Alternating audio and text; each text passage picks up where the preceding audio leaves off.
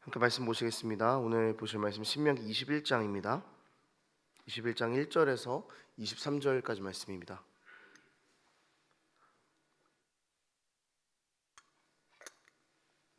21장 1절에서 23절까지 말씀입니다. 한 절씩 교독합니다. 내 하나님 여호와께서 내게 주어 차지하게 하신 땅에서 피살된 시체가 들에 엎드려진 것을 발견하고 그 쳐 죽인 자가 누구인지 알지 못하거든. 그 피살된 곳에 사방에 있는 성읍의 원근을 잴 것이요 그 피살된 곳에서 제일 가까운 성읍의 장로들이 그 성읍에서 아직 부리지 아니하고 멍에를 매지 아니한 암송아지를 취하여 그 성읍의 장로들이 그리고 갈지도 않고 씨를 뿌린 일도 없는 골짜기로 그 송아지를 끌고 가서 그 골짜기에서 그 송아지의 목을 꺾을 것이요 레위 자손 제사장들도 그리로 갈지니 그들은 내 하나님 여호와께서 택하사 자기를 섬기게 하시며 또 여호와 이름으로 축복하게 하신 자라 모든 소송과 모든 투쟁이 그들의 말대로 판결될 것이니라. 그 골짜기에서 목을 꺾은 암송아지 위에 손을 씻으며 말하기를 우리의 손이 이 피를 흘리지 아니하였고 우리의 눈이 이것을 보지도 못하였나이다. 여호와께서 주께서 속량하신 주의 백성 이스라엘을 사하시고 무죄한 피를 주의 백성 이스라엘 중에 머물러 두지 마옵소서 하면 그 피 흘린 죄가 사함을 받으리니 너는 이와 같이 여호와께서 보시기에 정직한 일을 행하여 무죄한 자의 피 흘린 죄를 너희 중에서 제하할지니라. 내가 나가서 적군과 싸울 때에 내 하나님 여호와께서 그들을 내 손에 넘기시니 내가 그들을 사로잡으니 네가 만약 그 포로 중에 아리따운 여자를 보고 그에게 연연하여 아내를 삼고자 하거든 그를 내 집으로 데려갈 것이요 그는 그 머리를 밀고 손톱을 베고 또 포로의 의복을 벗고 내 집에 살며 그 부모를 위하여 한 달 동안 애곡한 후에 네가 그에게로 들어가서 그의 남편이 되고 그는 내 아내가 될 것이요 그의 마음대로 가게 하고 결코 돈을 받고 팔지 말지라. 내가 그를 욕보였은즉 종으로 여기지 말지니라. 어떤 사람이 두 아내를 두었는데 하나는 사랑을 받고 하나는 미움을 받다가 그 사랑을 받는 자와 미움을 받는 자가 둘 다 아들을 낳았다 하자. 그 미움을 받는 자의 아들이 장자이면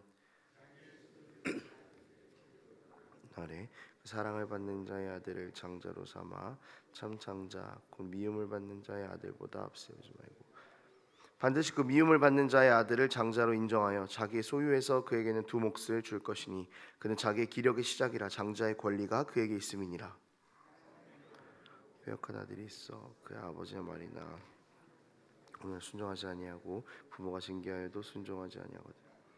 그의 부모가 그를 끌고 성문에 이르러 그 성읍 장로들에게 나아가서 그 성읍 장로들에게 말하기를 우리의 이 자식은 완악하고 배역하여 우리 말을 듣지 아니하고 방탕하며 술에 잠긴 자라 하며 그 성읍의 모든 사람들이 그를 돌로 쳐 죽일지니 이같이 내가 너희 중에서 악을 제하라. 그리하면 온 이스라엘이 듣고 두려워하리라.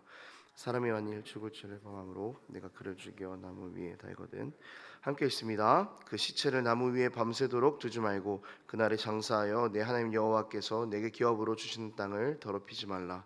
나무에 달린 자는 하나님께 저주를 받았음이니라. 아멘.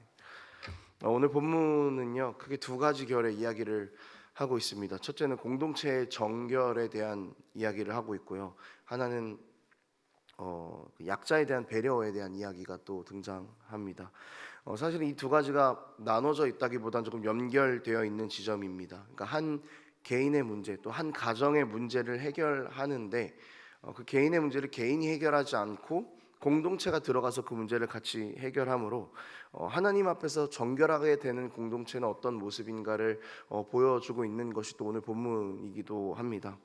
오늘은 이 개인의 문제에 대해서 그리스도인들 공동체라면 그리스도인들은 과연 어떤 태도를 가져야 할지에 대해서 함께 짧게 나누도록 하겠습니다. 먼저 이 본문의 내용들을 보면은요 굉장히 많은 에피소드들이 있죠. 첫 번째는 1절에서 9절인데요. 죽인 자가 누구인지 모르는 시신이 발견되었을 때 공동체는 어떤 일을 해야 하는가에 대해서 이야기를 합니다. 먼저 죽인 자가 모르는 시신이 발견이 되면은 시신이 있는 곳에서 거리를 재서 가장 가까운 성읍에 있는 장로들이 옵니다.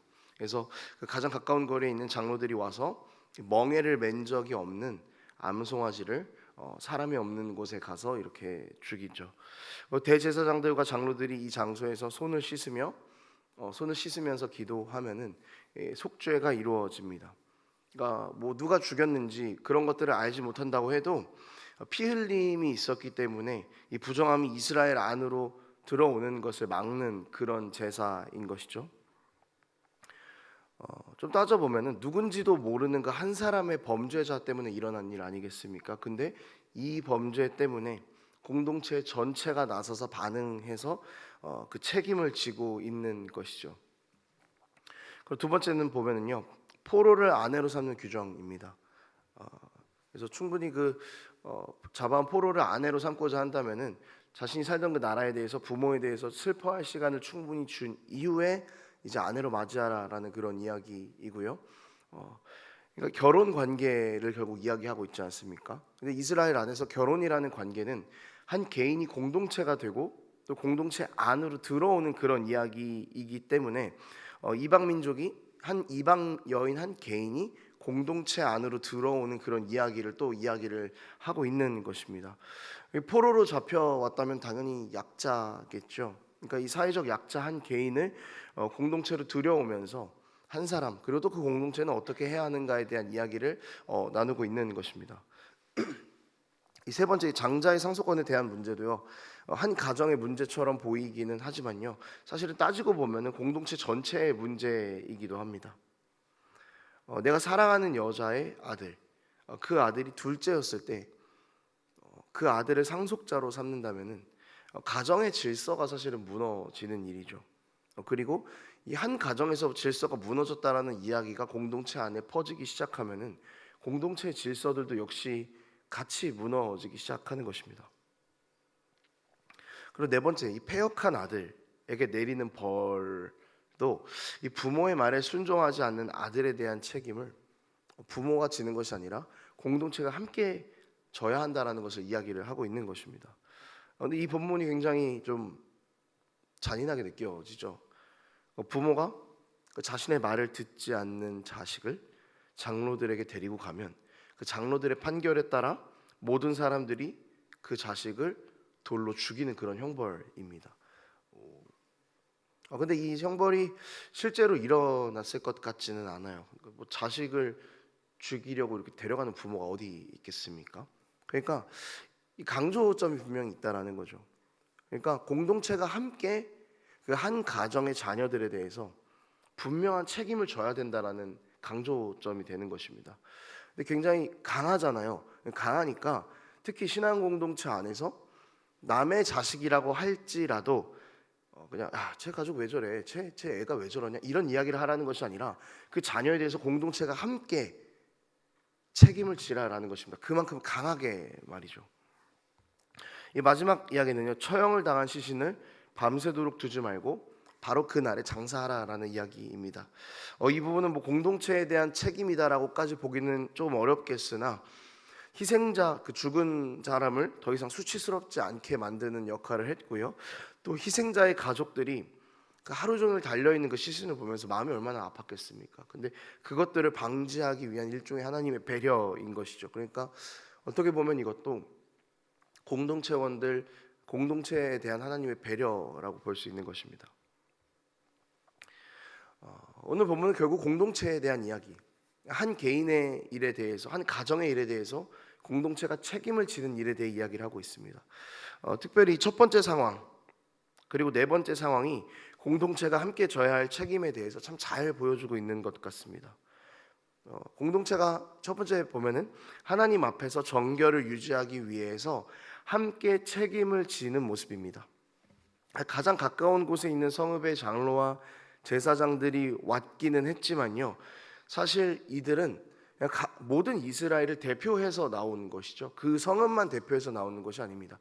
피 흘림의 부정함이 흘러 들어가는 것은 가까운 성읍에 있는 지역만이 아니라 모든 이스라엘로 흘러 들어가서 모든 이스라엘이 부정하게 되기 때문에 가까운 곳에 있는 장로들이 나와서 모든 이스라엘을 대표해서 제사를 드림으로 그 이스라엘의 정결을 유지하는 일이죠. 그러니까 책임을 지고 있는 것입니다. 대표해서 범인도 알 수 없는 사건, 피해자가 왜 죽었는지도 알 수 없는 살인 사건. 아마 이 당시 뉴스가 있었다면은 이거는 일면에 보도될 만한 가장 흉악한 범죄였을 것입니다.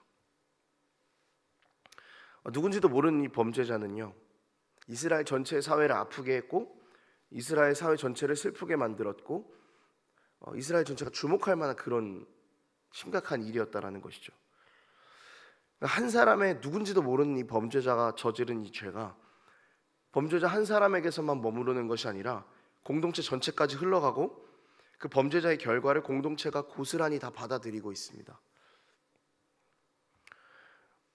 여기서 조금 더 생각해 볼 것은요, 이 한 사람의 범죄에 대해서 왜 공동체 전체가 책임을 져야 할까라는 생각입니다. 이 범인은요, 어쨌든 이스라엘 공동체 안에서 자란 사람이었을 것입니다. 공동체가 한 사람에 대해서 무관심한 모습이 있었을 거란 생각이 듭니다. 더 사랑해주지 못했고 더 관심을 가져주지 못했고 그 사람의 이야기를 더 들어주지 못했을 것입니다. 그러니까 이 범죄는 한 개인에 대해서 공동체가 무관심한 결과를 보여줄 수 있었다는 결론도 어느 정도 연결을 해볼 수가 있습니다. 그렇기 때문에 이 한 사람의 범죄에 대해서 공동체가 분명하게 책임을 져야 한다라는 것이죠. 매스컴을 통해서 볼 때 참 많은 범죄들이 일어납니다. 묻지마 살인도 참 많이 일어나고요. 근데 이 묻지마 살인에 대해서 또 다른 단어를 보니까요, 이런 이야기도 있더라고요. 외톨이 범죄라고도 이야기를 많이 하더라고요. 보통 세상 사람들은 이런 범죄들을 보면서 손가락질을 하죠. 그 범인에 대해서 물론 잘못했습니다. 그래서 벌을 받아야 되는 건 너무나 마땅한 일이죠. 그런데 그리스도인들은 조금 더 여기서 앞으로 가야 될 것 같다는 생각이 들어요. 그리스도인들이 아파해야 할 것은 그 피해자들의 아픔에 공감하는 것도 물론이지만 왜 이런 일이 일어나야 했을까라는 그런 질문을 늘 던져볼 수 있어야 합니다. 피의자를 낳은 그 사회 안에 우리가 들어가 있지 않습니까? 그럼 우리는 과연 어떤 모습을 가졌었을까라는 생각을 해봐야 된다는 것이죠. 왜 더 들어주지 못했었을까? 왜 더 사랑해주지 못했었을까?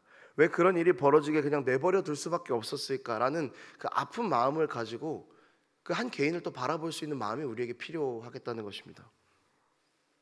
그리고 더 나아가서 당장 내 주변에 있는 그 아픈 사람들의 상처를 싸매주고 사랑할 수 있는 그런 그리스도인 공동체가 우리가 될 수 있어야겠다는 것입니다.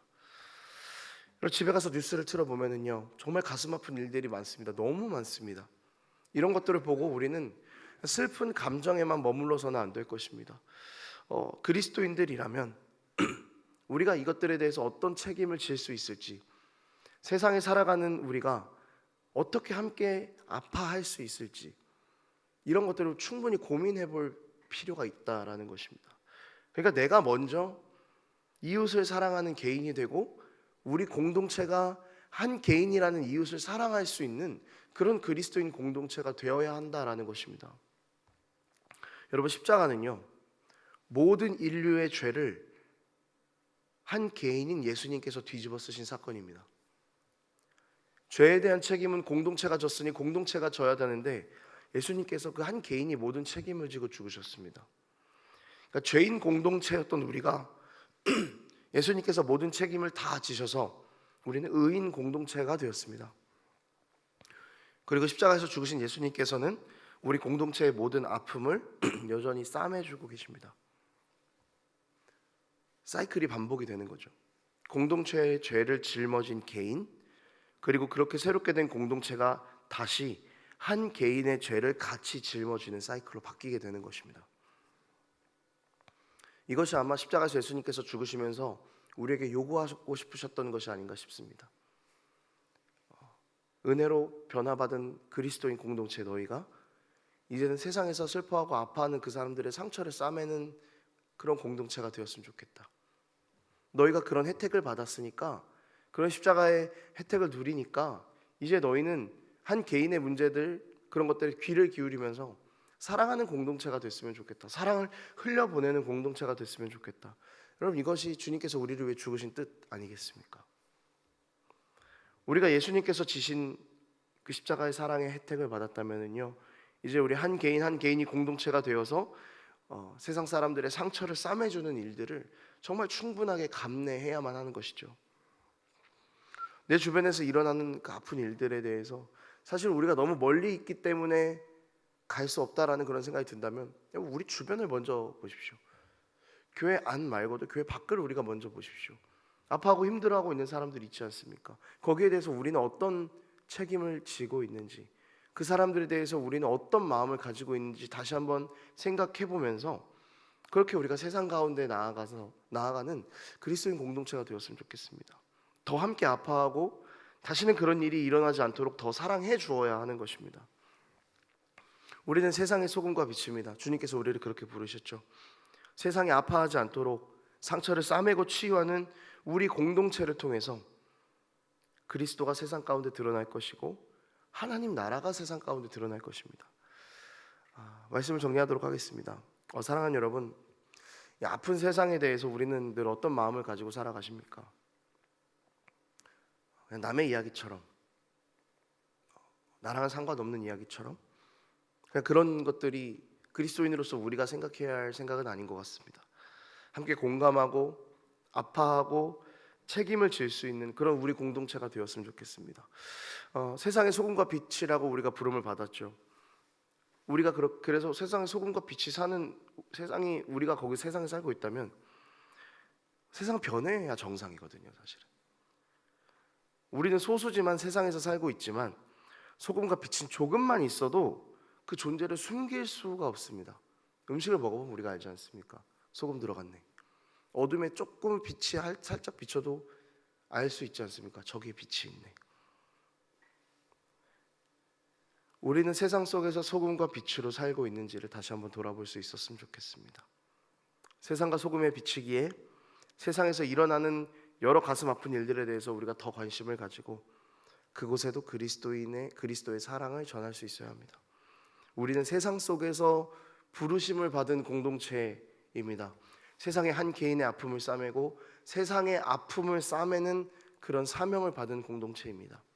주님의 사랑이 우리를 살렸으니 주님의 사랑을 흘려보내는 일에 우리가 앞장서서 그 일들을 감당해 나갈 수 있었으면 좋겠습니다. 기도하겠습니다. 하나님 아버지, 세상의 소금과 빛으로 우리를 부르신 은혜를 다시 한번 돌아봅니다. 세상의 소금과 빛이라 우리를 부르셨는데 우리는 사회에 대해서는, 세상에 대해서는 늘 생각하지 않고 우리의 아픔만 생각하며 그렇게 살아왔습니다. 주님이 그렇게 죽지 않으셨는데, 주님이 모든 것들을 다 내어버리시고 우리를 위해 죽으셨는데 우리는 그 주님의 사랑을 본받아야 할 터인데 그렇게 살지 못하고 늘 내 아픔에만 머물러 있었습니다. 이제 주님께서 주신 이 받은 사랑을 세상 가운데로 흘려보내기 원합니다. 세상에서 아픈 사람들을 위로하고 싸매고 고치고 사랑하고 그런 모습들이 우리의 모습이 되기 원하고 또 우리 공동체의 모습이 되기를 소망합니다. 주님, 우리를 통해서 하나님의 사랑이 흘러갈 수 있도록 다시 한번 우리를 일으켜 세우시고 주님의 말씀을 흘려보내는 데에 우리가 주저하지 않도록 주님 우리의 연약함을 붙잡아 주시옵소서. 감사드립니다. 예수님 이름으로 기도합니다. 아멘.